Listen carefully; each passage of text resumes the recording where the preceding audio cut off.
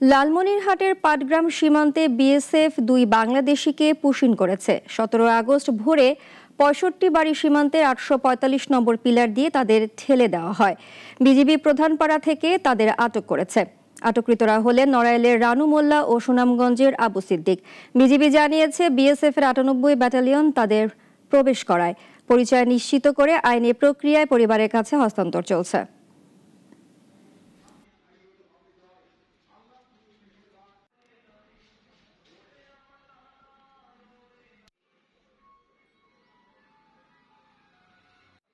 আজ 17 আগস্ট ভোর রাতে 3:30টার দিকে 65 বাড়ি সীমান্তের 845 নম্বর পিলার দিয়ে দুইজন বাংলাদেশি নাগরিককে বিএসএফ পুশিং করে।